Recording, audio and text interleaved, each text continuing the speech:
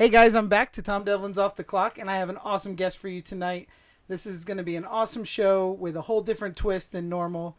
This is the master magician that I have met out here in Las Vegas named Bizzaro. You might know him from America's Got Talent, Masters of Illusion on the CW. He was also on the Travel Channel and many other things. They have a show here at the Orleans Theater called Late Night Magic. And this is going to be just one of those times where we get to hear the life story of someone who has chosen the path, the road less traveled. Bizzaro, everybody. Hey, I am special effects adjacent as well because I make all my own stuff and I have a foot in that world. I have a foot in, somehow I have many feet in many worlds. I don't know. I'm like Rudy Kobe that way, but yeah. I mean, that is true because you do create props and effects for your magic, but you also build escape rooms. You work on haunted attractions. I've been doing special effects makeup as a hobby my whole life since I was very young. So I've always had a love of most things artistic or autistic. and we met years ago. I was working on Puppet Master Access Termination. Yep. And your wife had designed some costumes for Trick or Treat Studios, and you guys came to set because Justin was working. Justin and I met because we used to play Unreal Tournament in like 1999 with each other online, and he had his screen name was like Chud. And I went, I know what that is. That's cool. And we used to start chatting and stuff, and that was when he still lived in Mississippi. So longtime horror fan on your side as well. Oh yeah. No, I mean it's one of those things where as a kid I remember growing up and being like freaked out by horror stuff, but then there's that moment where it's like a switch got flipped. It's like, this is fine. I like this now. I don't know why. About how old do you think you were when that switch like flipped? 10. Yeah. 10 or 11. I remember, and here's how it happened. Like, my parents are weirdo hippies, right? So they had all sorts of weird stuff in their house. They loved Halloween. Halloween I always loved. That. But like horror movies, haunted houses, that kind of stuff, I couldn't go through them. I wanted to, but I couldn't. And so we knew there was a guy, I don't think he's in the industry anymore, but back then his name was Gregor Punchaz. I don't know if you've heard that name. No. Know him. He was a special effects guy, worked on like Nightmare on Elm Street 2. He was the guy who sculpted his company. He was from Dallas. His company sculpted all the stop motion puppets for the video game Doom. Oh, cool. If you remember that. Like, oh, yeah. Because even though you look back and go, wait, those were stop motion? They look like shit. Well, that's because they were digitized. But back then, that's how they did everything. It was all stop motion. So his company worked on that, and then he had sculpted this just gnarly rotted skull that was called Ernie and gave it to my parents. And my parents used to kind of threaten me with it, like be like, behave, or we're going to bring the skull out. I'm like, okay. And then we're in a car one day driving it somewhere, and this thing's sitting in a bag, and I'm just like, oh, God, I know it's in there. And so finally I'm just like, nut up, you little wuss. And so I always unzip the bag, and I'm just looking at it in daylight, in not spooky lighting, and I'm like, this is actually kind of cool. And that's kind of where I just completely switched over. And I've been not afraid of any of that shit ever since. It was about 10 years old that I decided I loved monsters and horror. I saw Toxic Avenger for the first time on my 10th birthday and changed my whole world. Like, it was just like, oh man, that's a monster and he's a good guy and he's awesome and there's boobs and blood. And right? It's like all the things 10-year-olds love. Oh my God, this is insane. But it's interesting to hear, that is kind of a turning point. Because I remember before I was 10, I saw Darkman. And man, the guy, when he's cutting the fingers off with the cigar cutter, scared the crap out. I was terrified of Darkman. But I dressed up as him for Halloween this year. It was, well, you kind of dress like him. You just have to wrap up. I already had the costume, that's why. But it couldn't have been a couple months later that I saw Toxic Avenger after Darkman, because it was right around 1990, 91, and changed my whole life. And it's weird how that happens. Because I remember, I grew up watching, I remember going to Aliens with my parents in the theater, and anytime the aliens showed up, I'm like embedded in my mom's like side, but I watched the movie. Yeah. I remember watching Poltergeist on television. And the scene where all the things are coming, skeletons are coming up out of the pool, freaked me the fuck out. I don't know if I can cuss on this or not. Okay, good. Freaked me out. I remember that, but yeah, but that stuff stays with you, and you go, that was actually a great visual. How do we use that? So, where did you grow up? I'd love to tell your life story a little bit, because there's this awesome thing that ever since I've moved to Las Vegas, I've met all these people.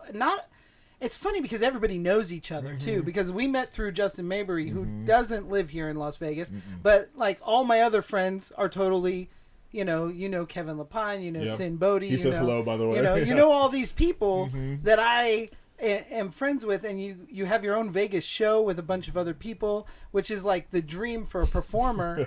And I just would love to hear how you got there. I love the alternative path that, and that's kind of most of the people I talk to on this show is kind of got the punk rock path. The path less traveled, Yes. and also, I'd say that myself, part of the reason that I've found success in what I do is because either I was too dumb to realize it wasn't possible, or I just never had those fears or inhibitions. I just don't have inhibitions. So, right. And that helps. Honestly, that's one of the big things is just not just believing you can do it or being too stubborn to stop. Yeah, kind of too naive to think, well, of course. I mean, I remember leaving, I grew up in Pennsylvania, and I left at a very early age, headed for LA to work on movies, and I was like, of course, you're going to move to Hollywood and get a job. That's what and you then do. I did, because I didn't know any different. Like, I think a lot of people let the questioning get into their You probably mind. didn't have that little inner voice that was going, "You're not good enough, you can't do it." Right. I was just, and I wasn't good enough, but I learned. I learned on the job. Listen, real none quick. of us are as good as we think we are, and then you look back at stuff and go, "That could have been better." Yeah. But you got to start somewhere. Got to start. The people who are good out of the gate, first off, screw those people. But also, it's rare. Yeah. I think it's like when I was younger doing magic in like bars and nightclubs, and I'd go and do stuff at like open mics and variety competitions, and then always a singer would always win, and I'm like, okay, first off, nobody comes out of the womb being able to do magic. That's a skill you have to learn from the ground up. You might have been born with that voice. Some people are just born with a good voice, right. And it's like, I'm so mad. So I've heard a little bit of your story. Right. I know that at a young age you got in your truck and you moved to Vegas. Well, I got in her car, but yes. But Yeah. but tell us where you're from, how Yes. that came about. Like kind of step into the middle school or high school years, and from that point, what happened? Well, I mean, it's a little further back than that. Like, at like 5 or 6, my parents got me this Fisher-Price magic set, and I was like, well, magic's kind of cool. Let's play with this. And over the years, because I grew up in the country outside of Dallas, Texas, right? So 30 minutes south of Dallas is a little tiny town called Ovilla, and that's where my parents lived, and that's where they moved to be away from people, away from the city, but close enough to the city to do stuff. And so I always tell people, I lived in the country, but I grew up in the city, right? So I kind of had both worlds. I wasn't freaked out by, like, the big city, but I also wasn't freaked out by moths. Like, I'd have friends who'd come out to our parties in the woods, and they'd be like, "Oh, is that a bat? That is a moth. You need to chill out." That is a moth the size of a sparrow. Well, yes, yes, we did have those giant ass moths, but moths are harmless. Anyway, so I grew up, no kids, no friends, no neighborhoods, a redneck school system, all that stuff. Hated it. Didn't want to be there, but what else was I going to do? Didn't have a car, so where was I going to go? But around 15, I started, there's a point in your life where you kind of start having your own life. And I want to say it's usually around 15, 16, 14, whatever like that. But before that, I had grown up going to the Dallas Fantasy Fair conventions. This guy did every 3 or 4 months. And it was a comic book sci-fi convention. Well before those were a big thing, right? When it was just like a gymnasium. Well, no, this guy was putting them on at like hotels and cool. stuff. So this was like, and this guy, his name was Larry Langford, and he was a mover and a shaker, but he was also a big dork, but he knew how to walk the walk, talk Would this the talk. be 80s or 90s? Both. Okay. Both, yeah. It went on for quite a number of years. So since I started going, my parents started going there when I was 5, and it was well into my, I want to say, late teens, those were still going on. So my parents got to be friends with him. They would set up a booth and sell toys and Star Wars stuff because my parents are big hippie dorks. And so I grew up around special effects. There's a guy whose name David Whitney. Anyway, he's passed away unfortunately, but he was a special effects artist who would come and do demonstrations of these things. Excuse me. And I would just bother him. I would hang out with him and just be that, sometimes you get those kids who are just fascinated with what you do, and you're like, I don't want you here, but also you seem to have an interest in this, so I can't tell you to leave. Yeah. I was that kid. So he would show me stuff, and I would sit and just watch his the special effects demos and be like, this is great.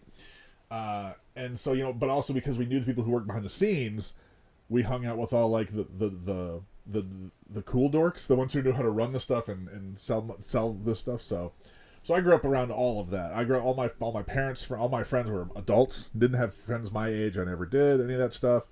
So I got an early education in a lot of strange stuff very early on. We were talking about some of that earlier with the movies I saw that I probably shouldn't have at like 14. But I always was in magic. I always pursued a career. At like 13, I said, let's go pro, do this for a living.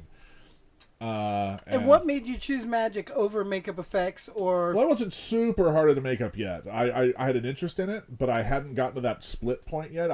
There was a point where my life was like, which one do I take? Do I pursue makeup or do I pursue magic? And I kind of looked at the industry and where it was going and went, man, this looks like it's about to be very flooded with the internet and everything coming up. And I feel that this is about to become a very flooded market. And I don't know how well I could stand out in it. And I was like, I'm going to choose magic because I think I could stand out in that because I had a very different way of performing stuff. I did a lot of stuff with like skulls and eyeballs and more Halloween style stuff because that's just what was appealed to me. And over the years, that's changed, right? I got a little more neo-vaudeville style, but still my own weird kind of sense of humor. That's why I always tell people, it's like, I just have a weird sense of humor, and I like to make the stuff that I would want to watch on stage. So, like, I have a routine that I don't think you've seen, but I bring a bag of Doritos to life, like Frankenstein, and then it attacks me and bites my face off. It's this whole ridiculous, like, puppet mime routine. There's a little bit of magic in it, so... but I've always loved... just surreal. Like, I saw Momenschanz as a kid. I don't know if you know who they are. They're like a Swiss performing arts troupe. No. All right, so they were on the Muppet Show, and they did this crazy stuff, like the early, back when like Gonzo's nose was like crooked, it wasn't smooth. So they were this performance troupe from Switzerland who would do stuff with like clay on their face, and they would sculpt faces. They had like pads of paper, and they would just pull the paper off, and they would have eyes and mouths and stuff. They're the ones who invented a lot of stuff that people like Cirque du Soleil. This is before Cirque du Soleil, and it's a lot of stuff other places have ripped off from. Like, you ever seen those big crazy like vacuum tube monster looking things? Course. I think they were the first ones to do that. So if you look them up, good luck spelling the name. I don't know how to spell it, Momenschanz, but I saw them as a kid. My grandmother and my parents always exposed me to arts and sciences. So I saw Pee Wee Herman's touring adult show before it was a kid show live. Cool. That's cool. I saw Gallagher live. I saw Marcel Marceau live, which at 8 you're like, what the hell is going on? This is silly. I don't understand this.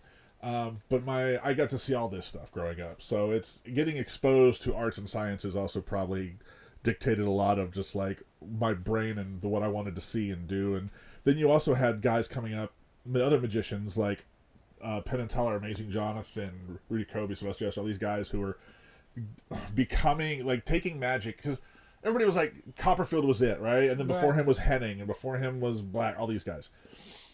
And it was always, the focus was always on magic. It's like, I'm a magician, here's the illusion or the trick, and this is what it is. And I watched all of a sudden these weirdos started cropping up out of nowhere who were exposed to all these horror movies and crazy stuff, special effects and things, and they started doing their own stuff. And I went, okay, hold on. Magic can be a tool to tell a story and do other things. It doesn't have to be the focus. And that's kind of what drove me in the way that it did growing up. So how early in age-wise were you when you were like, I can tell a story with magic that's slightly morbid? I mean, teenager years, probably, for sure. Like, I'd always try to do weird stuff because I always had this thing of looking at stuff and just going, that sucks. I don't like that. I want to make that. That's why are they doing it this way? Or like, I always have this. I have this belief of there should be a little bit of reality in if you're in the fantasy, because the audience needs a hook, something to hold on to. And in my I have a creativity lecture I give for performers and stuff, and one of the things in there is, if you give the audience a little bit of truth, they believe a great big lie, right? So if they have a little bit of a hook they can grab onto or something they're familiar with, you can just screw with them the rest of the way, right? So, like, I remember having this effect. This thing, you're supposed to put a rabbit in a box, and you put like a little thing in front of it, and you put a sword through it, and then you lift up, and the sword's through the box, but the bunny's gone. I don't want to deal with live animals. That's a pain. As you know, you should never if you film in movies, don't work with children or animals because that's a pain. But they have these other boxes, and Nerf used to make a football brain. It was a bright neon orange brain, so I had one. And so I had this wacky idea of making a table where it's like, here's this thing with the sword, but the sword was wood. And I went, this is lame, this wooden sword. I have a real sword. Let's use that. So I had this idea of like putting this brain into this box, stabbing with a sword, and then it's gone, and then it teleports to this empty box and teleports to another one, and then back. It was just, again, the stuff that I found entertaining that nobody else did. Well, So, I think they did. They just hadn't tapped into it yet. well, at 16, I started working in bars and nightclubs, so that also in Texas. yes. So I skipped out on my junior prom because whatever prom. Me and my friend went and watched Tom Petty live, right? And we're sitting next to this couple, and we started just chatting with them, and I was like, "Hey, I'm a magician, blah blah blah." I'm like, "Oh, hey, we do a battle of the bands thing down in downtown Dallas." There was an area called Deep Ellum, right? It's the club. It was the bar and nightclub scene. Every band would come through there and play. We had these places called the Bomb Factory and Deep Elm Live, all this stuff. And I saw Guar, the Misfits. I saw everybody down there, right? So everybody came through Dallas. And so I started performing in these little nightclubs between bands when I was 16. And as long as my parents were with me, it was legal for me to be in there. Just stay the hell away from the bar, which is fine because I don't drink. So I'm doing magic between bands. And at that point, you're like, oh, I have to be visual. I have to not talk. Because if you're talking in a bar, people can ignore you. But if you're silent, eventually everybody's watching you. And then anybody who's not watching you is like, what the hell is everybody looking at? And then now they're watching you too, right? So I perform. That's where I learned to kind of perform. That's where you pulled your silent act from. A lot of it, yes. And also at the time, magic on television was guys performing to music, with musical accompaniment to silent stuff. So that's what I was like, oh, this is what magic is, but also that's what appeals to me. The idea of trying to communicate without words and performing music, but then working in that environment, it really enforced that. You have when you are performing now, yes. You have a very silent film, like you said, vaudevillian kind of. Yeah. You look like timeless, and the expressions and stuff remind you of something you would see in the Cabinet of Dr. Caligari or something. Right, and I've heard that before. Sharon Osbourne on AGT said that to me. He's like, "Oh, you're very silent film," and I went, "Oh, you remember from your childhood?" I did not. I wanted to say that. I decided I probably shouldn't, but I really wanted to. Because my mother was very into the vaudeville type stuff, right? So I grew up seeing the Three Stooges, Laurel and Hardy, Marx Brothers, Ernie Kovacs, all these crazy innovators and stuff. So I saw all that stuff. Your movement is like those guys too, Yeah, and it's kind of a fun way to communicate what you're doing, because the silent film people knew how to speak without words. Exactly. Yeah. And it is very difficult. It is not a skill that gets talked about or taught much, it's kind of you have to watch by doing and learn by watching and doing. And I just paid attention, I guess. But yeah, so that'd be 16, was just bars and nightclubs, and I just kept doing that most of my life. At one point, I opened for the band Tripping Daisy out in Dallas, which I thought was hilarious because in the newspapers for New Year's Eve of like '98, and in the thing it said Tripping Daisy with opening act Bizzaro the Illusionist, and I'm guessing somebody was like, what a weird name for a band. Strange. But I got to perform. I loved working live music venues, right? There were bands who would be like, "Hey, come and do stuff while we're on stage." I loved working in the music industry with all that stuff, and I had access to it, right? Like it's one of the things I always wanted to do, but because there were guys who did that, right? Like Alice Cooper had crazy theatrical stuff, and who was it? There's a bunch of other people who did a lot of stuff on stage, but by the time I was at the point where I could be a little more professional in that era, that had gone away, unfortunately. So the one time I got to really live that dream was when I worked with Meatloaf here in town. Oh, that's so cool. Yeah, so he was here. He had a residency for like 9 months off and on, and I did fire eating in his show. And so I'd hang out backstage and I'd watch the show because I grew up watching like ZZ Top live, right? I love old school rock spectacle. I love Meatloaf. Yeah, man. Yeah. Like one of my favorite performers of all time. He was so nice. He was a huggy dude, man. I met him one time. His hands were so gnarled, but he was so soft spoken and just this wonderful dude. Yep, absolutely. Yeah, like I've never heard anybody be like, "Oh, eat Meatloaf, what an asshole." Like, no.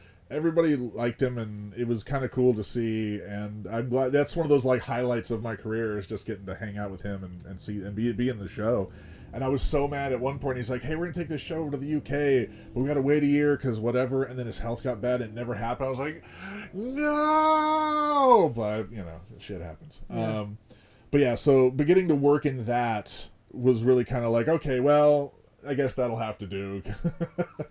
But yeah, so I did that, and for years, in '97, I remember watching the movie The Truman Show. Oh yeah. And I remember watching that and going, I need to move to Vegas. I don't know why, but it was like that was the movie that The Truman Show made you want to move to Las Vegas. Kinda. It was like, you're like, the world is fake. Yes. I must go to the fakest it was like, spot. I need to do something else with my life. Like, I just need to do something. But I didn't have the ability. I didn't have the money, the ability. There was no way for me to get from Dallas. What made you choose Vegas from Dallas? Like, there's New York, there's L.A., there's... Because that Vegas is the magic scene, right? Like, Okay. Vegas is considered, like, the magic capital of the world, especially in the 90s.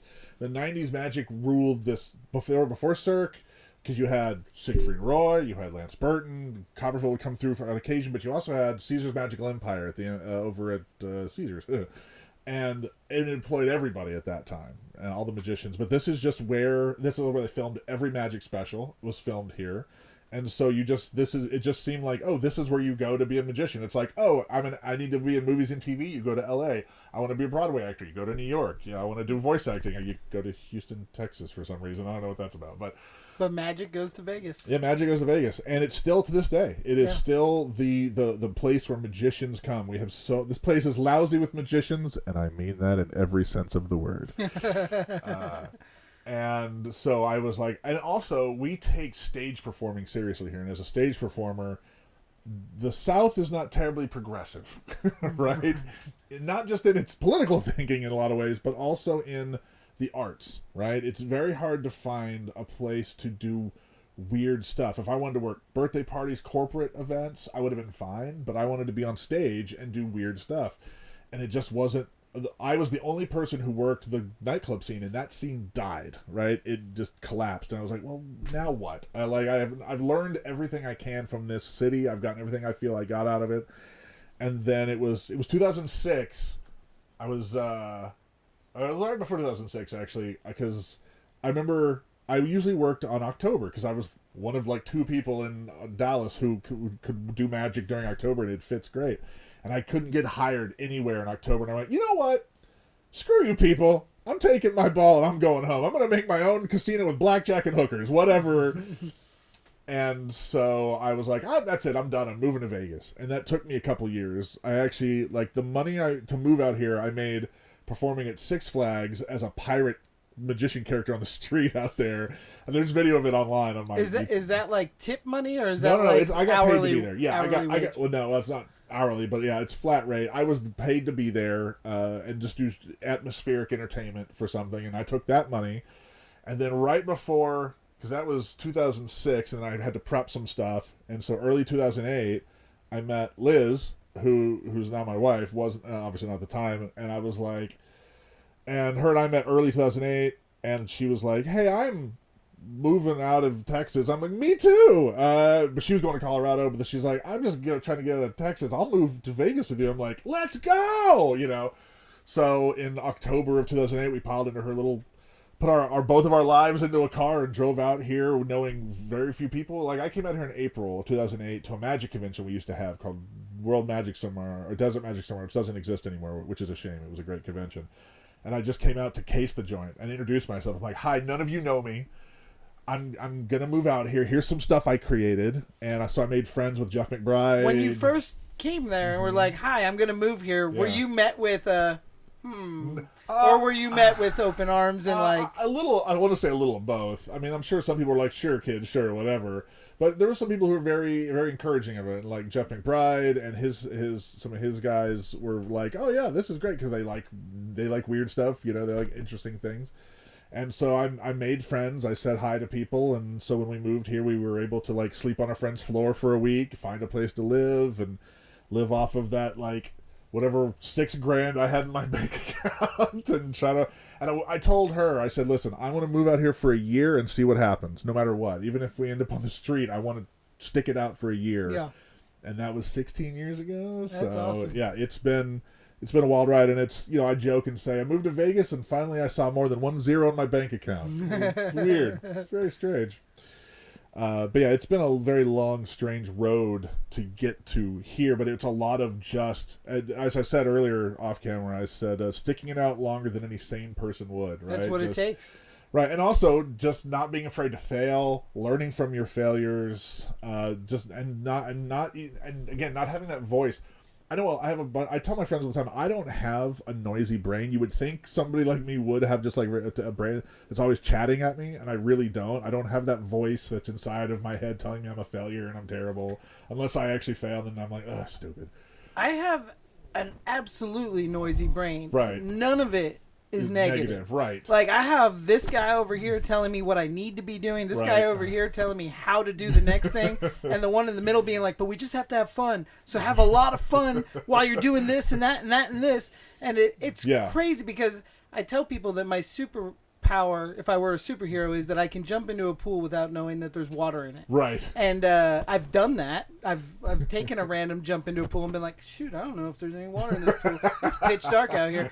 But I have an impulse control problem. Yeah. But it's also not a problem, because that impulse control problem has gotten me, like, everywhere. Yeah. You know, in anything. And it's probably also that whole thing of just say yes to things. Yeah. You know, because you never know. Like, my mother used to say things like, you know, you should go to this gig because you'll never know who'll be there. Well, after a while, you start to know who's going to be there. But it's one of those things where it's true. You never know who's paying attention. You never know who's watching. Which is why you should always try to be professional. Don't be a drama queen on set, on stage, anywhere. Online. Anywhere. Because you never know who's watching and go, oh, I wanted to hire him, but not now. Ooh, right. You know, just stay in your lane and keep your head down, but also do a good promote job. yourself when you can. Yeah. You know, that's the problem with the entertainment business is some of us are just terrible at self-promotion, you know, like... We are, but also not, because I think... well, it's a longer con. I could tell you that there was 3 different times that me and you encountered each other. Mm-hmm. 2 of those times you said, I do dark magic. I'd love to come to the Monster Museum. Right. And I remembered that forever. Yeah. Especially because his name's Bizzaro and he looks like Vampire Hunter D. Right. So, yeah, if I ever had a reason to call you for that, I would have. But I didn't know how to compensate for something like that. But I love magic. And I always have loved magic since I was a little kid. When you first got to Vegas and you met those people and you're sleeping on a floor... Mm-hmm. How does that translate to getting an actual gig when there's so much competition here? Well, the weird thing about Vegas, right? So, like in Dallas, if somebody called up an agency and was like, "Hey, I need a generic birthday party magician. I just need a corporate guy who's close up." The agency's like, "We got 30 of those guys, right?" What I wanted, and what I think is that you understand is like you specialize in something that only you can do, right? It's like, "Hey, I need somebody who I need, you basically, somebody has to call me and go, can you book Bizzaro? I don't know how to contact him, right? Or I need to book Tom Devlin. I don't know how to get a hold of him.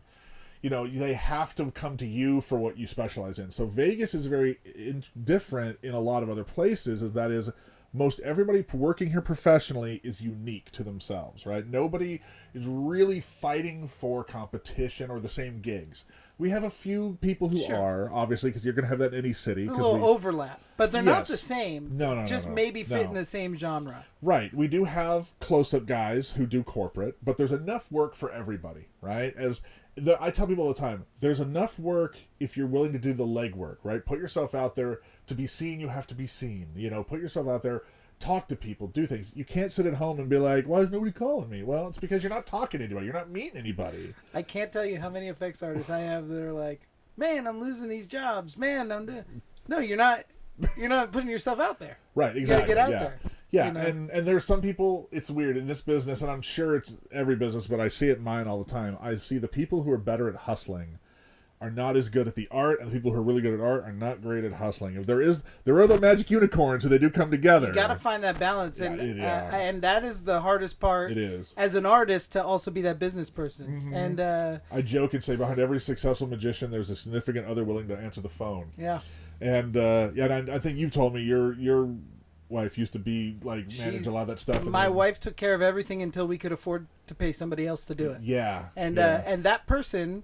Kayla is like my lifeblood. She keeps track of my whole life. Yeah. And then still, my wife's in here editing trailers because we have to get them done, you know? Yeah, well, that's the thing. Having a team, having a support system is another thing. Like magic is very individual, very isolated, right? We spend most of our time, and special effects too. You spend a lot of your time by yourself, just honing your craft. An effects artist is creating illusions on film. It's you do magic similar. in a different way. It's very similar. But it is very similar. Yeah, that is very true. Because some of the stuff, I mean, especially before digital, You watch movies like The Thing and things like that and go, how... I miss the days of watching film and saying, going, how did you do that? Did they do that? It's there's a crazy thing. 'Cause I've been thinking a lot about this lately. I loved magic when I was a kid, and I took some magic lessons from a local guy named Ralph Adams, who I thought was like, I thought he was like a real. He had a magician name, like Ralph Adams. I took like two lessons from him, and he was old. He was like 90, and it was so cool. And I got the little magic kid, but I was never good at it. I couldn't figure it out. Like, I'd put the soap on my hand, but the ashes wouldn't stick. Right. And, you know, but then later when I learned what makeup effects was, and I read the Grand Illusions book by Tom Savini, and he was very much a magician of movie effects. Oh, absolutely. And so when I chose my path, it was because I could make monsters, gore, and magic. Yeah. I could do that, you well, know? that's why I make escape rooms now. Like, when I discovered escape rooms in 2014, I'm like, this is all the nerdy stuff I love in one place. It's like, it's video games, it's puzzles, it's imagination, it's movie making, it's set building, it's all this stuff. And I tell people, I still get to make magic. I make magic shows that I don't have to be there for. Right? Because the joke that I always tell people is like, look, if you take this cup in a room and you set it on this spot and door across the room opens and you don't know how electricity works, that's a magic trick, right? And so I love that about escape rooms, and that's why I started shifting my focus to that more than, like, say, prop building for other people or stuff like that. I still do it, but escape rooms are kind of like, no, I want to do this. I want to make Disney level stuff without Disney level money. Right. And you do. And it's pretty awesome. But what's also nice is knowing people like you who can help out in situations like people will see eventually on a TV show I can't name yet officially. But it's nice. I love knowing people in adjacent industries who also share. Like, I think every special effects artist has or have had an interest in magic at some point. Any successful effects artist. Yeah, that's absolutely. True. So you got to Vegas. You're out there pounding the pavement, putting yourself out there. What was your first big, like, hey, I'm doing it? Well, that's okay. So that's the thing. A lot of guys come to Vegas to have their own show, right? And a lot of people fail because of that, because this is not the town everybody thinks it is anymore, right? Like, it's not, we no longer are like, hey, the best of the best. We got Elvis, we had Sinatra. The competition doesn't exist. Two casinos own 3/4 of everything in this town. It's true. So nobody's trying to outdo each other anymore, which is kind of a shame. You don't have that level of craziness anymore. But Vegas still has that mindset of people are like, oh, Vegas is where all the best people are. It's like, well, sure, why not? If you say so. I'm not gonna argue with you. It's fine. But I came out here to work, which is different than trying to have my own show, because anybody now can have their own show if they have enough money, right? Which is fine, whatever. And that's not 100% true, but it kind of is. Because you can find these little spots that you can just... Because there's a thing here called four-walling, right? Which is basically, you pay for the 4 walls of the theater, the venue does nothing to help you, and you just keep giving them rent money until you die, you know? And then... So I didn't want any of that. I just wanted to work. Like, my dream, scenario would have been 10 to 15 minutes in a variety show. I show up, I do my little gig, I collect my check, I leave, right? Because the business side of show business brings me no joy whatsoever. So I did have my own show briefly here at the Harley Davidson Cafe for a couple months, and that was just tedious. I'm like, you're doing a 45-minute show for 2 people sometimes, and that's soul crushing. Yeah. But I started hopping into these little variety shows. In Dallas, I worked with a lot of local burlesque shows, a lot of local variety shows, the goth club that we frequented, all that stuff. So I love working with little just grassroots stuff, create little creative pockets of things. And so I found a lot of those here in town, right? So you have 3 different kinds of people magicians who live in Vegas. You have the people who work the local scene, right? You have the people who are the hobbyists and amateurs who have real jobs and just love magic and talk magic, but don't really do it for a living. And then you have the guys, the bigger names, who work here sometimes, but generally use this as a home base and travel around and work everywhere else, right? So when I moved here, I was kind of that mid-level because I already had all my material and I wanted to work, so I was working a lot of the local scene stuff. So I was doing variety shows at Double Down Saloon and the Erotic Heritage Museum and anywhere else I could, because again, nobody knew me. I had to start over, right? Yeah. You have to start over when you move to a new town. And so I started over. And you didn't come here with a social media presence. Well, social media wasn't really a thing yet in 2008. It was just starting, right? Right.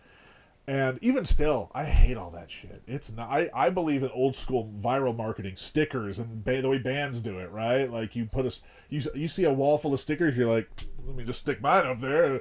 Nobody will ever see it, but I feel better about it. But I very obviously, and as you know, in this entertainment business, it's all word of mouth. Yeah. Not all of it. A lot of it's word of mouth. You know, and also it's people want to work with their friends and people they like, right? So you got to meet people, you got to go out and do stuff, and it takes about 10 years to get reestablished in a new town almost, unless you're lucky and just didn't happen to make the right connections. So most of what I was doing was just local level stuff. I would go do magic conventions sometimes, but I'll tell you a weird thing in the magic world. So outside, this has no bearing outside of our world, right? Outside of the magic world.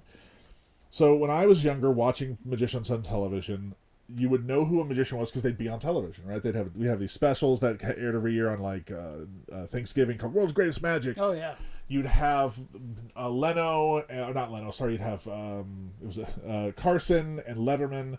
All these guys who would have magic on there, right? That we don't really see. Nobody brings on variety acts onto TV shows anymore, like talk shows. And I remember seeing Copperfield after The Simpsons. Yeah, like it was like a big deal. Like after The Simpsons. Yeah. Back when we had 3 or 4 networks, and that was it, right? After The Simpsons, Copperfield's gonna make a train disappear. Yeah, absolutely, and that's what we grew up watching. Yeah. So that's how you knew who a magician was usually television, and you'd see them and go, oh, they're an amazing act, and then you'd go to a magic shop where they sell magic tricks for magic supplies, and you go in and go, oh, hey, that guy put out a VHS tape. I like his act. I'm going to buy this and see what it is.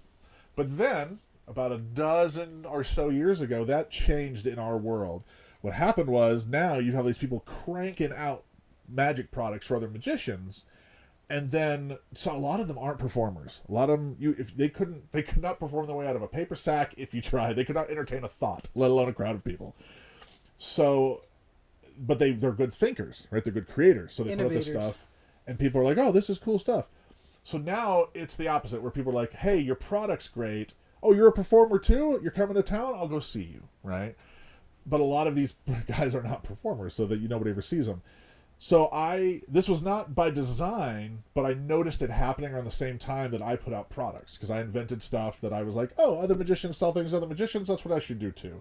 So I created these products that thankfully people like.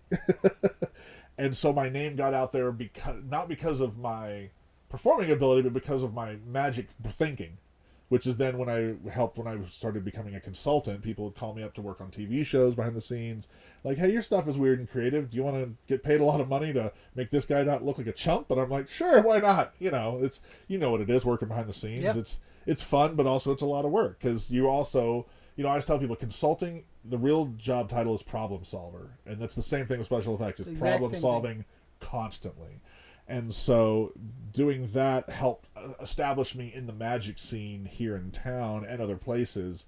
And so I did a lot of that, and I just kept doing gigs. You just keep performing. You say yes to a lot of stuff, and you say no to the things that bring you no joy. And then eventually somebody's like, hey, your act is different enough. We've worked together enough. You want to be in a Vegas show? And I went, sure.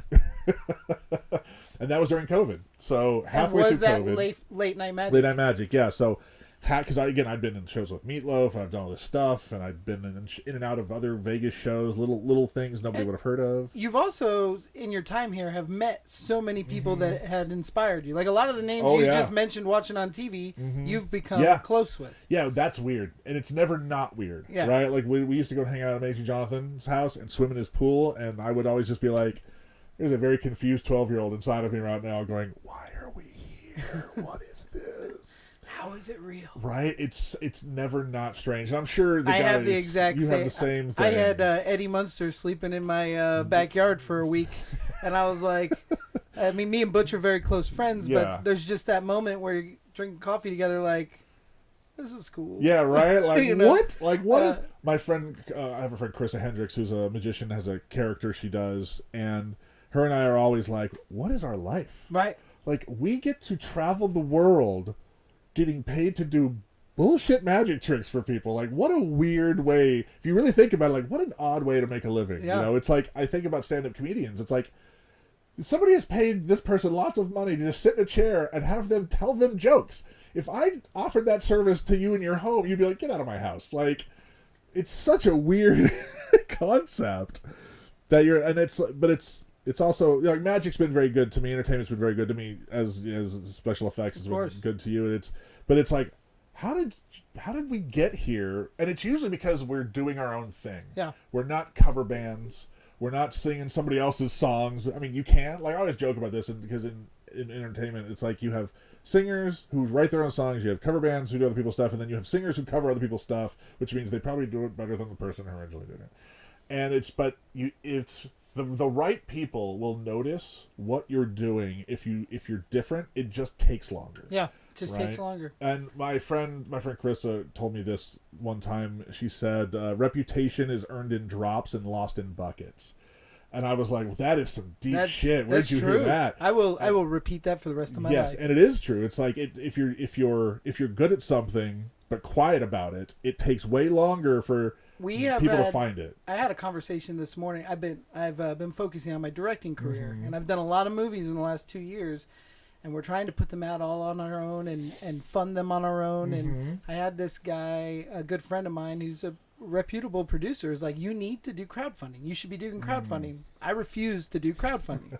And it's no offense to anybody that does crowdfunding, but it's that thing where I would like to quietly provide movies to build a fan base rather than ask my fan base to be part of the movie. I want to create fans, not I don't want to have the pressure on my shoulder of owing 3,500 people something. Yeah. And there's I get that. But it's that thing, you earn it in drops because it's a long process. We put them out there slowly, but as they build and where the snowball's going to get bigger, and eventually someone will be like, I knew them before. Right, you know? Yeah. I very much believe in the long con. Yeah. Right? Like, very much like Shocker says this quite a bit. He's like, it's a marathon, not a sprint. It's true. You know, and tortoise in the hare. Right. And I tell you, I have friends who are like, when they're depressed or something's gone wrong, I'm just like, hey, listen, if life was easy, would it take so long? Like, calm down. It's fine. In theory, you have time. You might get hit by a bus tomorrow, but don't think about that. It's like, you have time because we're probably going to be alive for another 30 years at least. Hopefully. But but meeting those heroes, partying and playing with them, and then them taking you serious as a magician. Yeah. I have heard magicians of an extreme high caliber mention you in high praise. Like, these are some of my favorite guys. Yeah, and the same in the effects world. Every time if I bring your name up, they're like, "Oh, he's great," and it's like, it's always one of those things where I'd rather have that. Like, my name, my reputation means more to me than any paycheck, right? Like, there's gigs I definitely wouldn't take if somebody was like, "Hey, do you want to come work for me?" I'm like, I don't like you, Chris Angel. But there's definitely things that I would turn down, or things that I have to keep control of because my name's on them, because I think that's more important than just making a living. Like, for me, the money is like tertiary on my list. Like, yes, I need the money because that's just the way the world works. How you have to live. But it is not my driving force. My driving force is to create fun stuff for people to experience.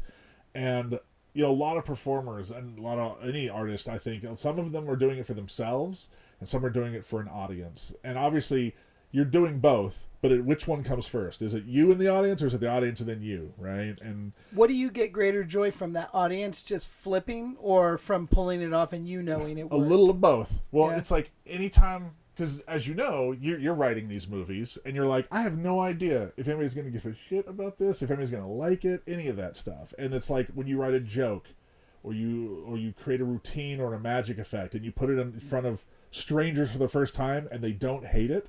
You're like, oh, I'm so glad I didn't waste my time.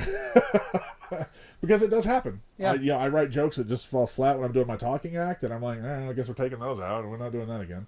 But it's that but after a while, experience starts to dictate your actions, right? Because eventually you build up enough of here's how old I am, a Rolodex of stuff in your brain that you go, I know this works.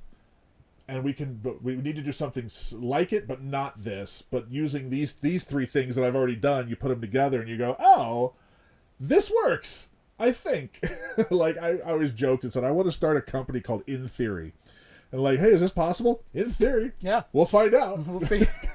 Well, I like that. I've always hated the fake it till you make it term because you shouldn't be faking anything. No. I am a yes guy. I'll say yes to everything and then I figure it out.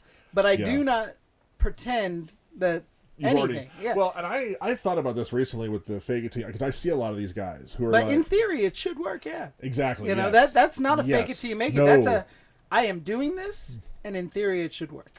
Yeah, yeah, and sometimes it doesn't, but then there's enough of a kernel there to go, okay, that didn't work, but this part did. So how do we fix this part here? You know, it's yeah, no, I definitely, you know, one of the big things about being somebody who creates anything is you have the very sometimes long, very short research and development (R&D), which is very important, but nobody really understands how much R&D goes into something, so they don't want to pay for it or they don't appreciate it, right?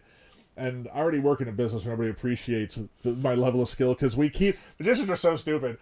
It's like, I'm going to work my entire life on a skill you're never going to know about. You're never going to see. You will not know how hard this is unless you try it yourself, and you're never going to try this yourself. So stupid. Other magicians appreciate it.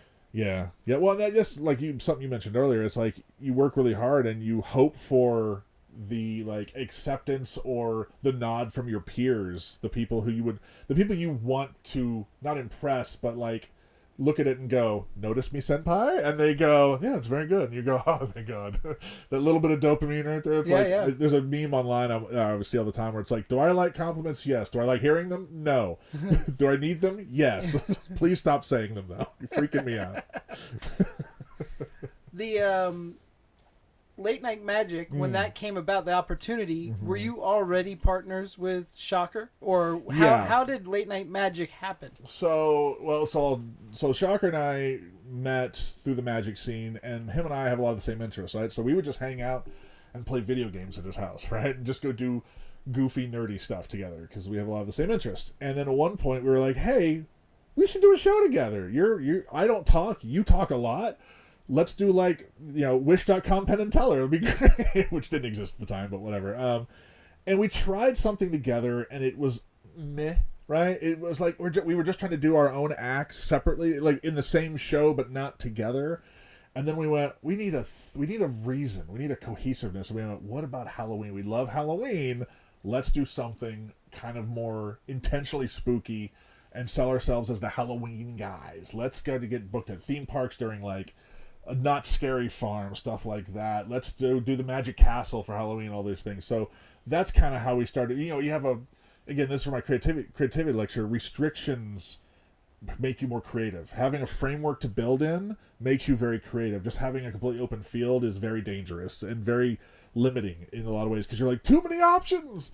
But if you can say, hey, make magic with these 3 random ass objects, I can do that all day, right? If somebody said make a trick, well, what does that mean, right? So anyway, so Late Night Magic came about in the middle of the pandemic, about I want to say May, June, July of 2001, right? Yes, 2001. So our producer, not 2001, 21. Yes, sorry, that's what I meant. Sorry. Yes. 2001 was a long time ago. You are correct. Sorry, I was thinking of a Kubrick film for some reason. I don't know what that's about.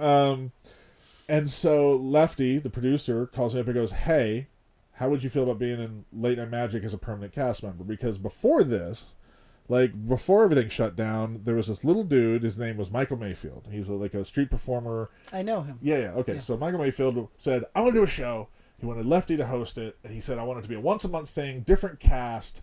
And it's like, what do we call it? And Lefty was like, Late Night Magic, so people know when it is and know what it is. Because in this town, if they don't know what it is and when it is, they just go, ooh, they don't care, right? Vegas is a very strange place. So somebody reached out to Lefty and was like, hey, there's this little theater. We want to put shows in there, right? Shows that can be done 25 feet away from people. Don't need to bring any note and interact with anybody. They just need to watch. Do you have anything? He goes, well, I have a show called Late Night Magic. How about that? But so he said he got together like 5 of us, to do a stable, not mentally, physically stable cast, where it'd be a show instead of a rotating cast and all that stuff. And then we had fill-ins and things like that. So we started at Alexis Park, which the only people who know where Alexis Park is are the swingers and the furries. And my good friend Waleed makes graphic design for the furry convention. Yeah, so I'm sure Waleed knows where Alexis Park is. And so, it's very funny. And so we started there in this little ballroom, and we were packed every show because we were the only thing in town. We were the only magic show open at the time, and it was great. And then other things started to open, and stuff started to happen, and so it's like we got moved from the big ballroom into the small room, which I actually like the small room better. But so we were at Alexis Park for like a year or so, and we had... was me, John Shaw, Lefty, a girl, a hypnotist mentalist named Anna Rose, and Mondre, a black manipulation act, dove act. And then we had the opportunity to move to the Orleans, where we are now, and a couple of people jumped ship because we had gone dark for a few months, and they we got to do other things. So they jumped ship. Anna Rose went off to do her own thing. Mondre joined Lost Spirits at the time. And so we're like, well, Red Rover, let Shocker come over. And so he joined the cast. And then it was a show of 4. And we added Holly England. She eventually came in. And now she left to do some other stuff. And now we have a girl named Tasha on our show. And so it just kind of became this... I always joke and call it the Island of Misfit Toys show, right? Yeah. Because most magic shows are like, here's 5 generic magicians and 1 weirdo. We were the other way around. All weirdos. Well, what was funny is in the first show, Anna Rose was very, I'm not going to say normal, but she was like the Marilyn Munster. I always called her Marilyn Munster because she was the normal one amongst all the weirdos and monsters, right? Yeah. But she fit in, right? It was great. And so, but she's like super sweet from Iowa, like nothing like the rest of us. Midwest is all the way. And we were like, and sometimes people connected with her and liked her more. Just because we were like, oh, you were the favorite tonight. Holy crap. So, but then, yeah, now the show is very much a lot of just misfits and weirdos. And so it's weird to have a show like Vegas hasn't had an adult magic show in a very long time. Like Showgirls of Magic, I think I guess it used to be the San Remo, which is now the Oyo. It was probably the last one that I know of that was very much a magic show that was for adults. And I love working in an adult magic show because we can do what we want, say what we want. Nobody worries. Nobody's looking around going, should we laugh at that joke? It's like there's no political correct bullshit in our show. I mean, we do rein it in. There's things we don't talk about. And a lot of the jokes that we want to say on stage, we just say backstage to each other. But yeah, I guess we've been going like 2.5 years now. And again, it's, as earlier in the conversation, it's really kind of all I wanted is like, I get to perform 10, 15 minutes. But what's nice about our show is it's an actual show. Like when Lefty called me up, I said, listen, I don't want to just do here's this act, like for V, the variety show. Right. Nothing wrong with that show. It is a good show, but it's very much a just parade of people. Where you guys all tell a story together. Yes. And so I said, listen, if we're going to do this, we all need to interact with each other. We all need to come on. We need to be together in this, right? As a show, we need to make it a show. And that's one of the things we get a lot of the comments about because it's so unusual in an ensemble show. Because a lot of times the ensemble shows are people thrown together who just some of them don't like each other, right? So there's no chemistry. We were all friends before. All of us knew each other in some way from being in town for, 15 years. And so we were all friends. We hang out afterwards. All of us are having our big, we call, Freaksgiving, Misfits Thanksgiving. All of us get together and hang out. And so but it shows through on stage because we do like to mess with each other. And, if the audience is crap, we will just start screwing with each other to make each other laugh and things like that. You know how it is on a set. You'll just mess with people and stuff like that. And so it's been really nice. And that's kind of, again, we're not like 7 days a week. We're not 5 days a week because that would feel like a job. I'm okay with the 3 or 1 to 3 days we do a week because I get to do other stuff. I have my life, and the nice thing is it scratches that performer itch that still exists inside of me, where I also don't. If I get booked for an out of town gig, I don't have to sit there and go, I haven't done my act in like 6 months. How does this go again? Oh no, what do I do? So it's like now I get to stay fresh, which is nice. And and as you know, just being creatively engaged is very important. Do you ever get recognized on the street from doing the show? Sometimes, because you're pretty recognizable, on or off stage. I mean, the weird thing is without there is something to Clark Kent's get up. I mean, I'll tell you what. that. If you didn't have a trench coat and that hat on, you could probably walk past me and I wouldn't know it. It's probably true. We once put me in like a sports jersey and a backward baseball cap, and I looked like I should have been yelling at kids on a soccer field. It was really funny. Like we put me in it was one of the TV shows I was working on. We put me in like a windbreaker and a baseball cap, and I was just walking by in the background to make something happen. Nobody knew, and I'm like, nobody had any idea it was me, because it's like, why would you? But when I go places, I'll be wearing my this hat here, or even my black one that I used to wear, and my glasses, and I don't have my stage makeup on, my lust brows as we call them. And people just don't recognize me. They'll be talking to me, and they'll be like, "What's your name?" And I go, "Bizzaro." "Oh, I thought that was you." I'm like, "What do you mean you thought it was me? How many people look like this? What do you mean?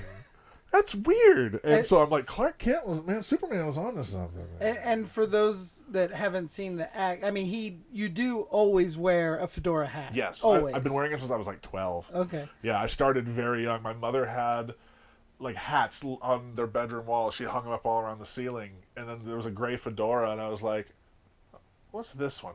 And I just was like, "Well, I guess this is my personality now." Okay. Damn. And so with working with Shocker, you guys have developed a great rapport, and you do. I've seen you guys in the freak show wrestling world. I've seen you do your you are very Abbott and Costello or Laurel and Hardy. And was that intentional, bringing that, like... I mean, kind of. It's one of those things where, it helps to have somebody who, like, neither one of us, I would say, is the straight man, right. But one of us is definitely, like, wackier than the other. Well, I'm more of a cartoon character, and he's more of a... Pro wrestler. Well, he's more of a... I would say he's more of a comic book character, and I'm more of a cartoon character. That's exactly right. And yeah, and as you know, like, wrestling is very cartoony and very comic booky, and that's why I always liked it too. And so that's another thing him and I got along with. And so like him and I have talked about all the evolution of the characters and all, and like our show and everything like that. And at one point we had talked about building like a giant funhouse set behind us on stage and making a bumper car appear and try to like appeal to more of like a weird sideshow midway vibe and stuff. And one day we still might. That might be a thing down the line we might do, but because there's drawings and set design stuff I did. But yeah, it felt like a natural fit. Once we realized Halloween was our vibe, that put everything into focus. I mean, I don't remember who the author is. There's a book called The Tipping Point, right? Yeah. And the whole premise is like you've got this thing and it's right here, and one little teeny tiny thing just knocks it over and it all lands into place. And so it was that love of Halloween that kind of kicked it off for us, because now we're like, oh, we can focus on doing what we love, which is weird stuff. We don't have to try to appeal to a mass, broad audience. We can go very niche, which is something that as you know, going very niche can work out very well. Yeah, and it's rewarding because you become kind of a big fish in the small pond in a weird way. Yeah. Well, Vegas is weird about that just in general. Like, there are people who leave very lucrative careers in small ponds and come here and get thrown in the deep end. They're like, oh, damn. Because one of the things I realized here in town is if you're going to move here as a magician, Vegas is not a town you start in. It's a town you continue in. Right? You need to already have that base. You need to already have that. You need to have a show. You need to have a skill set. You need to have a portfolio of something to show people. Because if you just come here to start over, you're going to get eaten alive by this town. Because there's just nowhere to start afresh and be seen. You have to, because this is a town full of professionals. This is a town full of people who've seen everything. So through your adventures in Las Vegas and your time here, you've been with Liz the whole time. Yeah. And how did she deal with the ups and downs, the no money, the no this? What was the what was the growth? Thankfully, like? We've never been broke, right? Like, thankfully, we're her and I. We don't have any like vices, and we don't have a high overhead cost of living. So thankfully, we've always had some cushion of some sorts. So thankfully, we were never like worried, like super worried. But that's also because that was by design. We planned for that. We were like, hey, that was one thing when the pandemic hit. We were like, hey, we need to save money in case of a medical emergency. Okay, well, apparently it's a worldwide medical emergency. I guess that counts.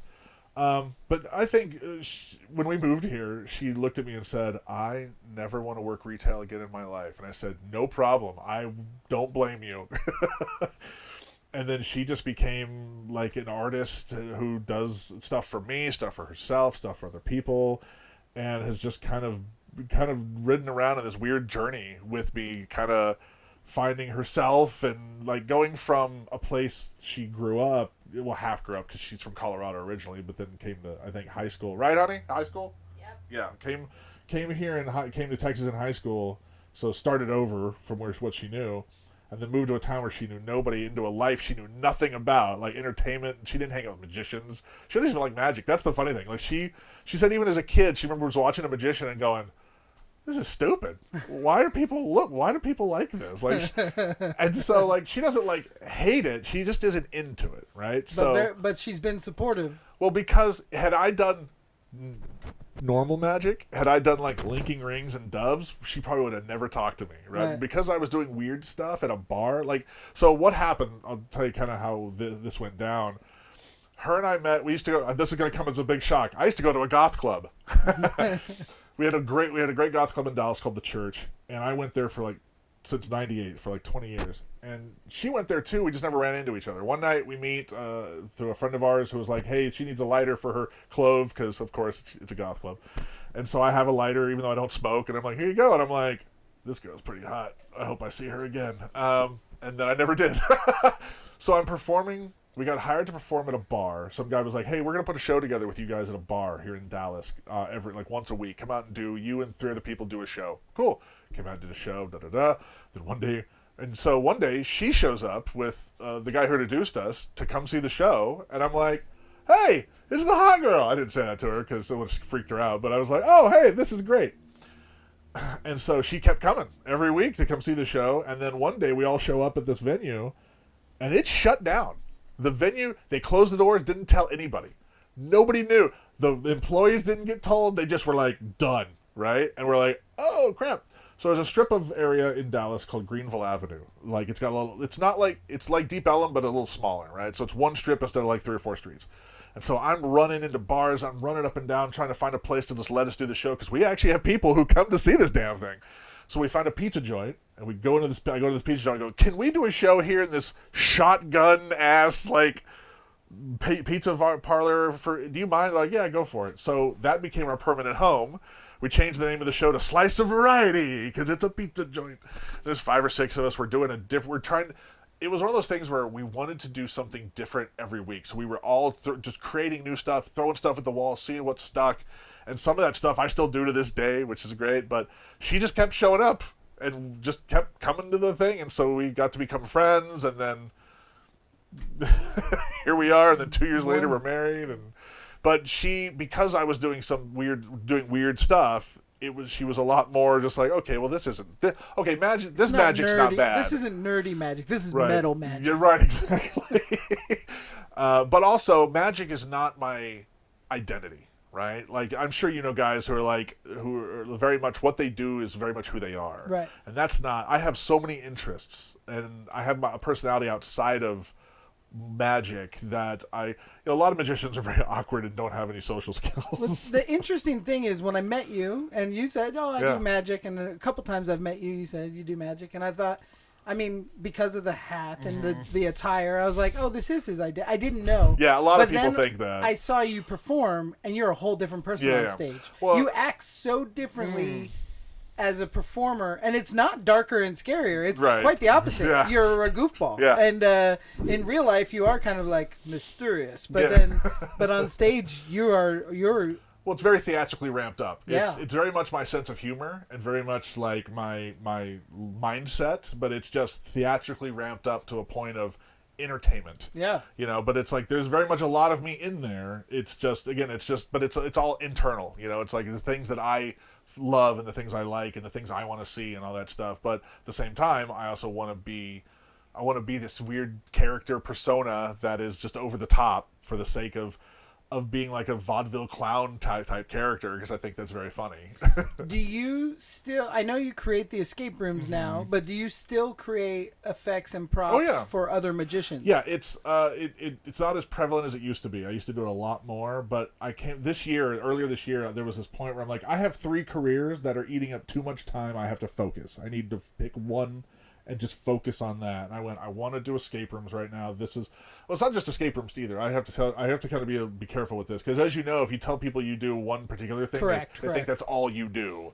So I try to broaden it by saying immersive theatrical entertainment, because I mean, you lit the entire Monster Museum in a couple nights, and it's fantastic. We haven't gotten better reviews ever since it's been relit. And we had a great time doing it. Yeah. And again, we got to be creative, and we got to help out somebody we like. And that was great for us. But also we've done stuff like interactive displays at like the 80s Cafe, and we want to do weird scavenger hunt things in venues that, like, we were talking to Particle Inc. before they closed about doing some stuff there, but it's like I got to be very careful and be like, I only do escape rooms, because then people will think, oh, he only does escape rooms. Like, no, haunted attractions. I do a little bit of everything that involves the inner immersive entertainment field. So it's you know how it is. You got to be very careful with your wording of things. But you do still create props and effects for other magicians. Yes, I'm a lot more selective now on who that is. I used to take anybody, but now, and it's usually not even that I don't want to. It's like I don't have the time. Right. Like when I said to the universe, I want to do escape rooms, the universe said, all right, here's a bunch of work, and I'm like, could we space it out a little bit, please?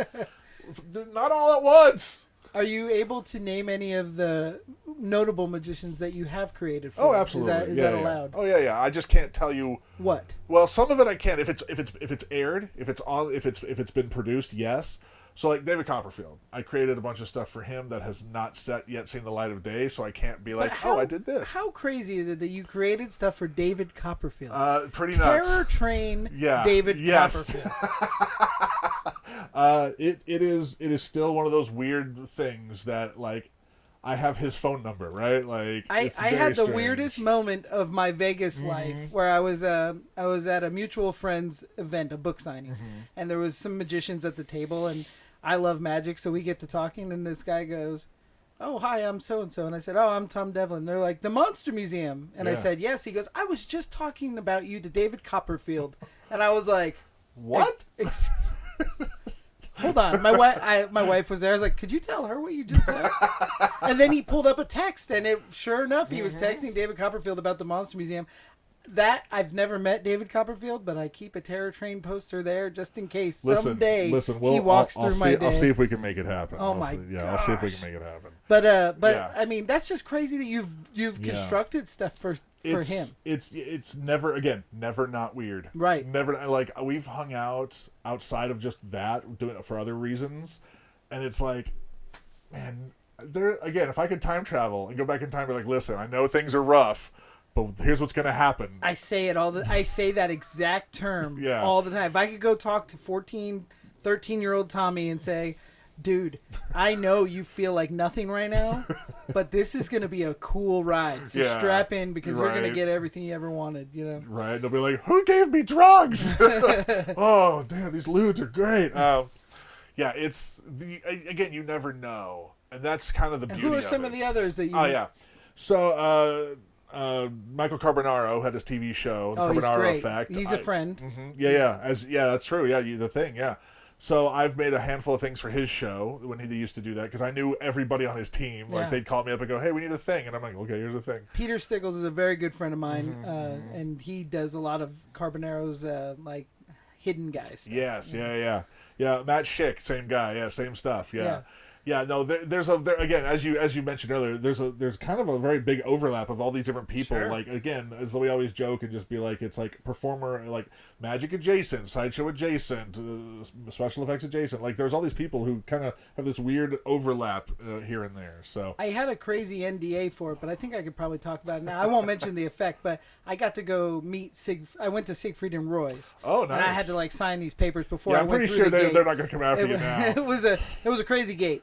And I went through the gate, and I go to this, like, barn garage, and it was just a warehouse of their stuff. And they're like, so there's this huge chamber, and they're like, this is what we're doing. And I'm looking at it, and they're telling me what we're doing. but I'm falling for the gimmick, and I'm Right. like, I don't know how to make that because I don't know how you're doing that.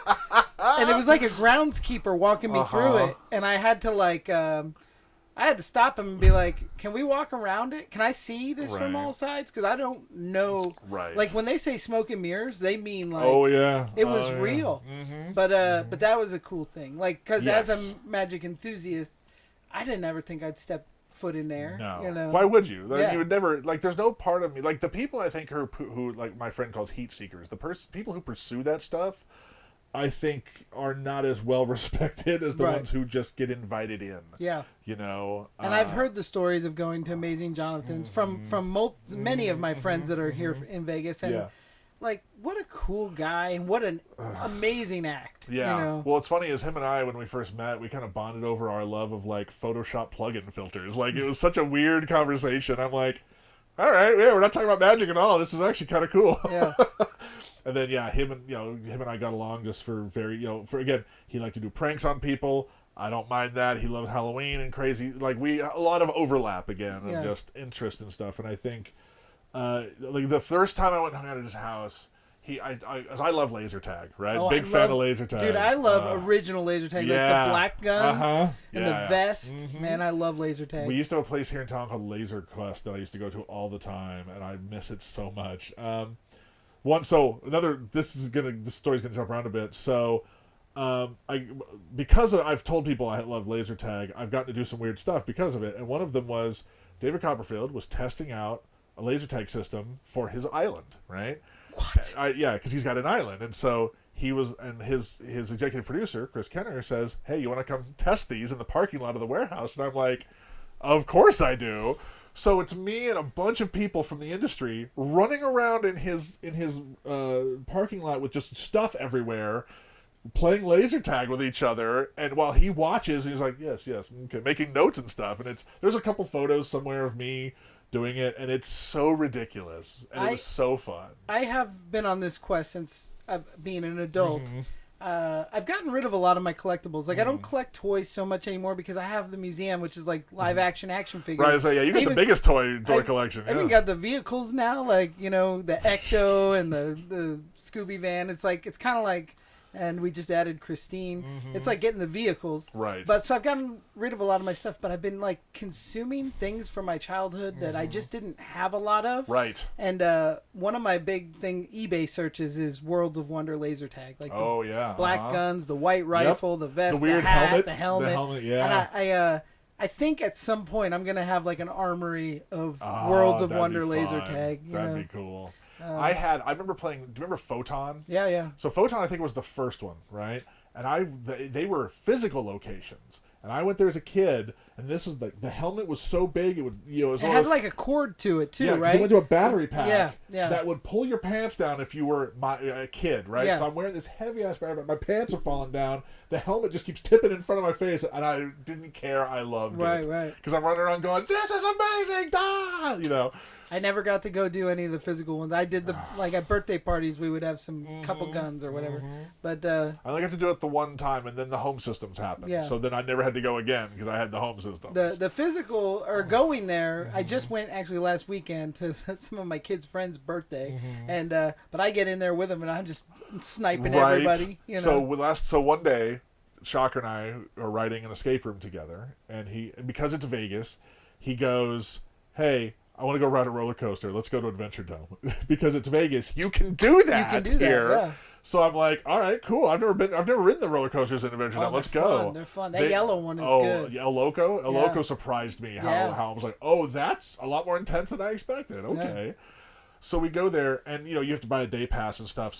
But that means you get to play laser tag as much as you want because it's open with the wristband. You just go through constantly, and so we were in there just. And the laser tag course isn't too bad. There's a place here in town called Battle Blast. It's that's fun. where I was last weekend. Yeah. We should all go there. That's where I was last weekend. But the one in Circus isn't bad for what it is, and we just run around just shooting little kids and being like, we played one time at the Laser Quest place, and I think Liz was with us, and this one little kid just would not leave her alone, and she's like, I'm not allowed to just butt stroke this kid, right? Like, I can't just, knock him out with this gun, right? I'm like, no, honey. You got to get the high ground. Right? That's right. So the other laser tag story was when I told Amazing Jonathan. He said, "I have shocking laser tag. When you get zapped, it shocks you." And then he's like, "You want to play it?" I'm not gonna say no. I don't love the idea, but I'm not gonna say no. So we go to his house for the first time. Me and a friend of mine, and him and one of his little helper guys. And we're playing, and finally he's like, "Let's turn off the lights." Dude, I don't know this house. This is a mansion. I'm gonna break something. He's like, "You'll be fine." Sure, okay. So we're in this big ass house in the dark, running around, and so you would just hear like, pew, pew, pew, "Ow, son of a bitch!" real loud. Oh, that's awesome. That one of my favorite memories because just saying I love laser tag. Yeah.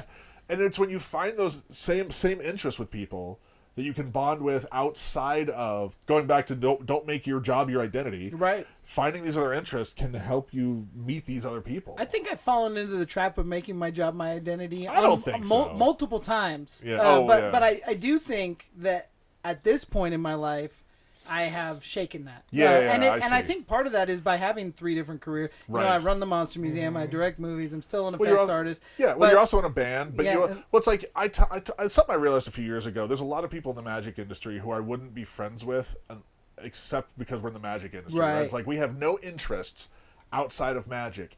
Like we can't talk music, we can't talk movies, we can't talk anything. Now, obviously, there are people I do, but I think that's really the thing, is just having other interests outside of your main interest. I think part of it is that, like, I am a serial brand builder. Mm-hmm. Like, I like to build brands. Right. And what do you mean? Yeah, exactly. What are you talking about? No, this is off the clock. I'm not working. Sure. Yeah, no, of course not. So with the brand building, then all of a sudden I become identified as the brand. Right. But that's when, for me, it's time to build another brand. Right. But I don't sell them. Like, I'm not Mark Cuban, you know? I'm just like, I'm collecting my own brands. Mm-hmm. And then sometimes I'll put one to bed and I'll be like, I'm not doing hamster style anymore. But then at the end of the day, it didn't benefit anybody, so I'll bring it back, or whatever. Yeah. And that's like our movie company, Plan 10 Pictures, slept for 10 years and then came back. And now it's flourishing. And it's like, I don't know. Sometimes you're just ahead of your time. Sometimes I do think, though, that I have had my identity merged with what I do, especially like being involved with reality shows. There's a difference between other people doing that for you and you doing it to yourself. Correct. There's a big difference. Correct, because when I was on the reality show, I became Tom Devlin from Face Off. Right. And I did not want to be identified. I love my time on Face Off. I absolutely loved it. But I didn't want to be identified. That's like if you were just Bizzaro from America's Got Talent. Bizzaro from America's Got Talent. Yeah. He was on America's Got Talent. And hey, how was America's Got Talent? And all they would want to do is talk about that. That's how I felt with Face Off. Right. But well, it's because that chunk of time, that's the only visibility people knew of you. And it was the most visibility, so those people didn't know the years prior, and they didn't really follow the years after until I meet them again, and then they're like, "Oh my God, what have you been doing since Face Off?" And I'm like, "That was 13 years ago." Yeah, right. So shaking that, I feel like I've done much better now.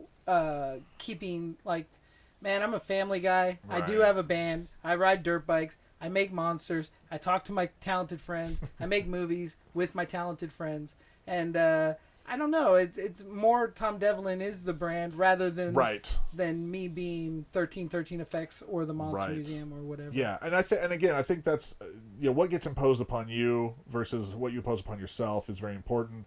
But and also just having something to talk about once you're out of that topic of things to talk about, can you move on to something else? Can you talk about your love of Rancid, or can you talk about I have these movies here? It's like that. Having other interests outside of that one interest, I think, is what's important. But you go by the name Bizzaro. Your performance name is your name. Well, yes and no. I haven't legally changed it because I'm not that dedicated to the concept. Right. But that's what your friends call you. Yes, well, that's because when I moved here, that's how people knew me, right? Like if you meet people from Texas, everybody in Texas knows my real name.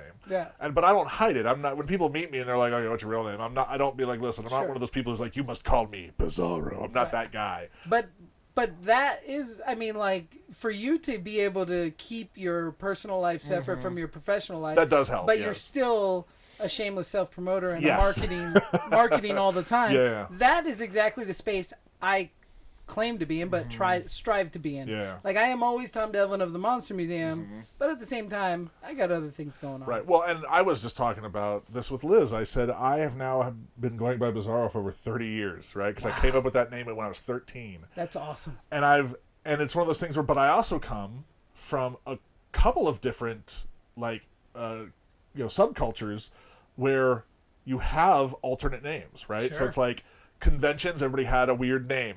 Online, everybody had a screen name. Goth Club, nobody went by their real name, right? So it's like, wait a minute. yeah, right. So going by an alternate name my whole life has not been weird because I've been surrounded by people.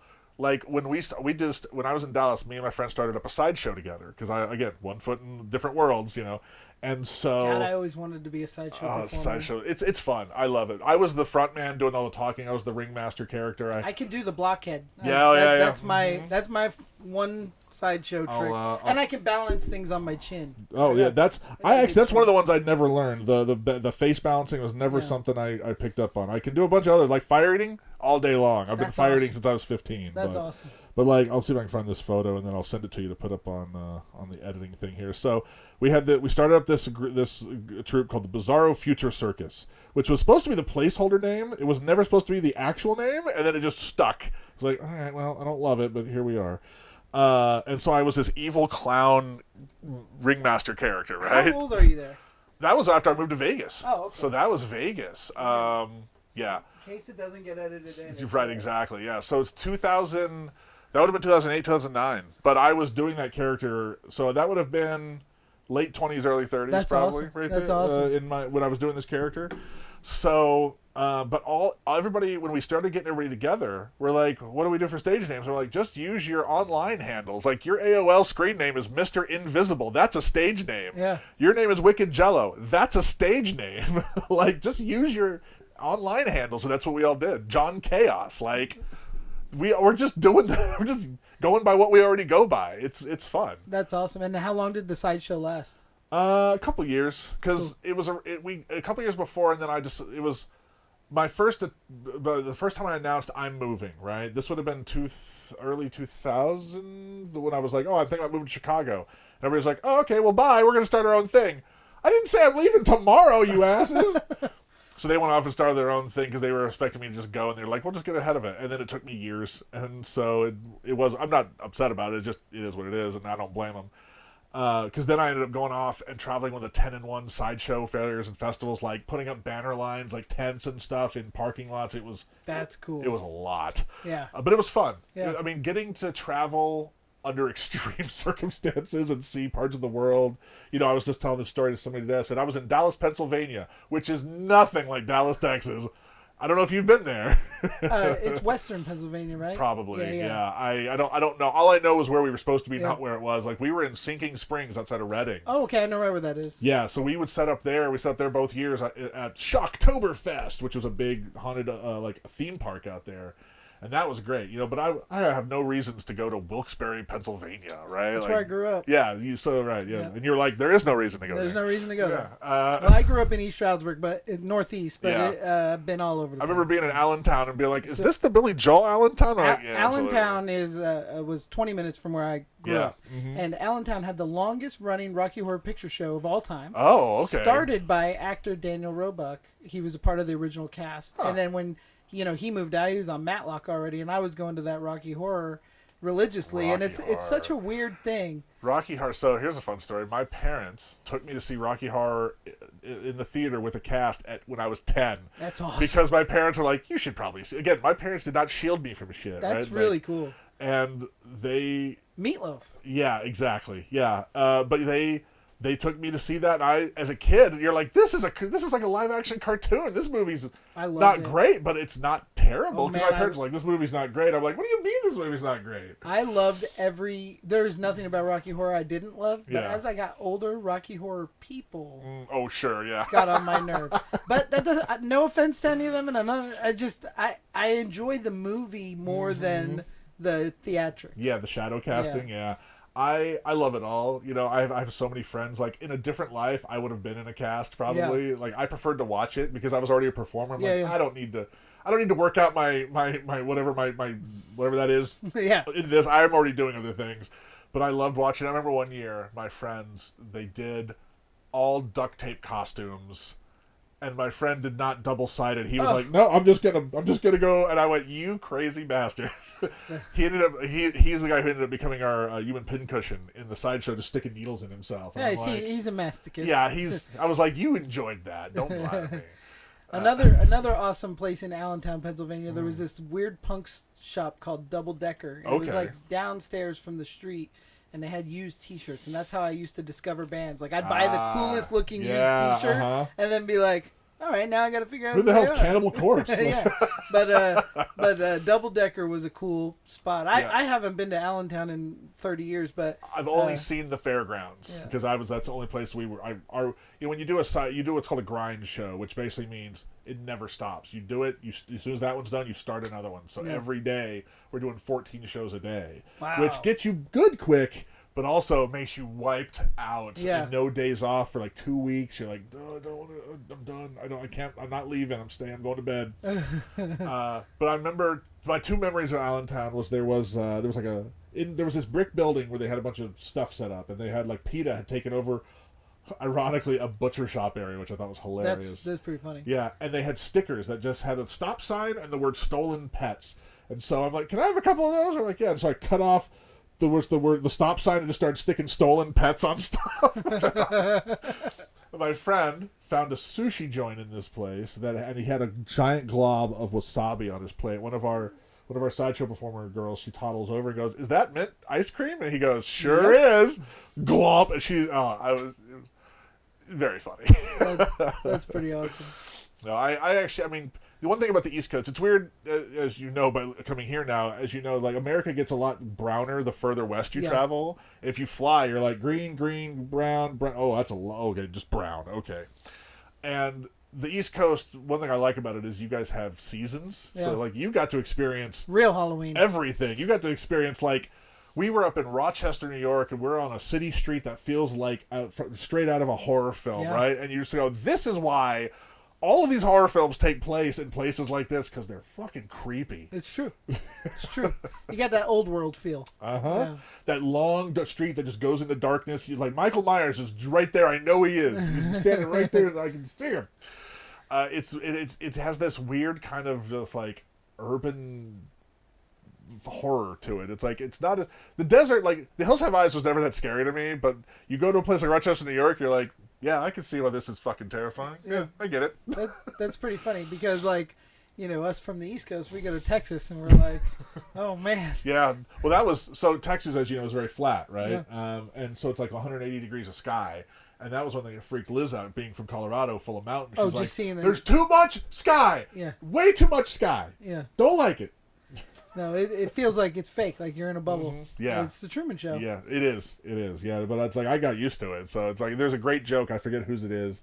The comedian, he said, Texas is so flat you can watch your dog run away for 3 days straight. That's very true.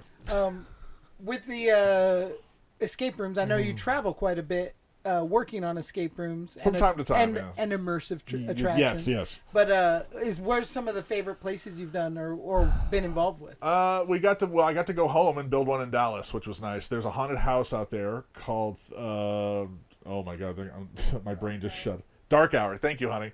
Dark Hour, and they're this big complex out in Plano, Texas, which is a suburb of Dallas.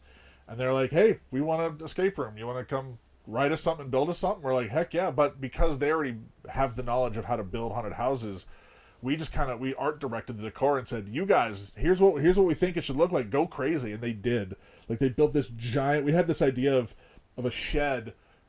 Basically, the idea was these characters get transported into an alternate dimension of where you're at. So you got like a shed, but the shed is being attacked by this lawnmower creature. So it's like a lawnmower with its arms, legs, like very, very The Thing kind of looking on. And so they made this. It looks like a giant mantis shrimp mixed with a lawnmower. It's really cool. And so that was in there, and then there's a pillar of like just faces. So it's like these lost soul pillar, we called it. And so getting to do that on a grand scale, because they got a big roof, right? Because most of the time you're making an escape room in a place like this, low ceilings. I almost turned this building into an escape room. Yeah, we talked about it. Yeah. And so getting to go vertical is very rare in an escape Yeah. room. Like the ones we just played. So Reno, the company up there, Key and Code, we just got done building our 9th escape room for them. They keep hiring us. Wow. I don't know if it's because they like us, or if we're too cheap, or we'll mix the two. I don't know, but they keep hiring us, and so they have tall ceilings in this one location. So we were able to not go like super vertical, but enough where, because one of the rooms is Mount Olympus, right? It's all Greek mythology. So we built a cloud LED ceiling, so the clouds look like they're glowing and stuff. So people could go in and go, oh wow, like you get this sense of scale, Yeah. of like woo, like in the underworld room we have roots, like you're underground and stuff. So we basically were like, hey, let's take advantage of all the space. So getting to do stuff like that in a large setting has been really very creatively fulfilling, which has been nice. We built 3 pre-pandemic, and then the pandemic ate them, out in Utah, in Salt Lake City. And we built one where you get to go inside of a video game and you fight a boss monster. It's a projection at the end and stuff. And that was one we're really proud of, or was proud of. But all that, if you go to our website, testsubjects.com, we have video of a lot of that Very stuff. cool. You can see a lot of these things we've built and things we've done. And when we get hired, originally we wrote a bunch of pre-written rooms. We're like, hey, here's some rooms that we've already written, and because we thought that's what the industry wanted. But then because of who we are and our creative side, we just keep getting hired to custom write rooms, right? So our kind of bread and butter is somebody says, here's a premise, or like, hey, we want to make an 80s themed room, and that's all they give us. So we just write this ridiculous 80s themed escape room. And people, that's become our kind of our thing. So Here's a question. Yeah. And I just thought of this right now. But have you ever made an outdoor escape room? I have not. I know they exist, but it is possible. You just have, there's things you have to take into consideration. Obviously, if you have tech, it has to be very weatherproof. Yeah, If you have papers, they have to be very weatherproof. But we have not. But we would not say no to the idea. What is the term that it is possible? Yes. Yeah. It's anything's possible. How much time and money do you have? Yeah. That's what I say all the time. Yeah. Well, so late night magic at Yep. the Orleans, 9:00 on Saturdays currently. and you've got what's the website for the escape rooms? testsubjects.com, and then my personal website is Bizzaro, Bizzaro. I didn't know there was a Superman villain when I was 13 because I didn't read Superman comics. And so when I found that out, I went, oh, well, I spell it differently at least. Yeah. And the reason, real quick, a quick story, I remember writing out the name and going, 2 Z's, 2 R's, 2 Z's, 2 R's. I like ZZ Top and I like their little cross Z logo, so I'm going to go with that. And so because of that, I have thankfully moved my name, at least a Google search, away from Bizzaro Superman or the comic strip. But so 2 Z's, 1 R, Bizzaro.ninja is my my website now. And Instagram or any of that stuff? Yeah, it's all on there. Okay. If you look up Bizzaro galore, I think on most any social media, I'm on there. I just joined Blue Sky like everybody else. I don't even know what that is. It's new Twitter. Oh, okay. Basically, a lot of people are leaving Twitter because it's kind of full of racists in a lot of ways, and so a lot of people are just going over. You left Texas and then you left Twitter. Exactly. Yeah, exactly. Yeah. Yeah. So well, it's very cool. It was awesome to chat it up with thanks you. for asking me to come here. I know that we're gonna do work in the future and hang out in the future, and it's always, like I said, it's just so awesome that the people I've surrounded myself with since I've landed in Vegas have been some of the most creative and talented. Vegas is a weird place for that. It's like all the people who don't want to put up with the fake BS of LA kind of end up here because it's close enough. You can still work there, but you don't have to live there. That's why I'm here. Yeah, exactly. And then what is it, like a 40? If you fly to LA from here, you're in the airport longer than in the plane. Yeah, it's true. But also, that's the other great thing, as you know, Vegas. It's so easy to get around out here. The airport is in the middle of the city. You get through it in 10 minutes. You're at your gate. Yep, nice. And it's international. You can go anywhere. Yeah. So I love it. Very cool. Thank you for coming, Bizzaro. Thanks for having me. And I'm sure we'll do it again sometime. Hell yeah. Awesome. Let's do something crazy. Hey, for any of you guys that are still listening, if you have any questions or comments, leave them in the comments section.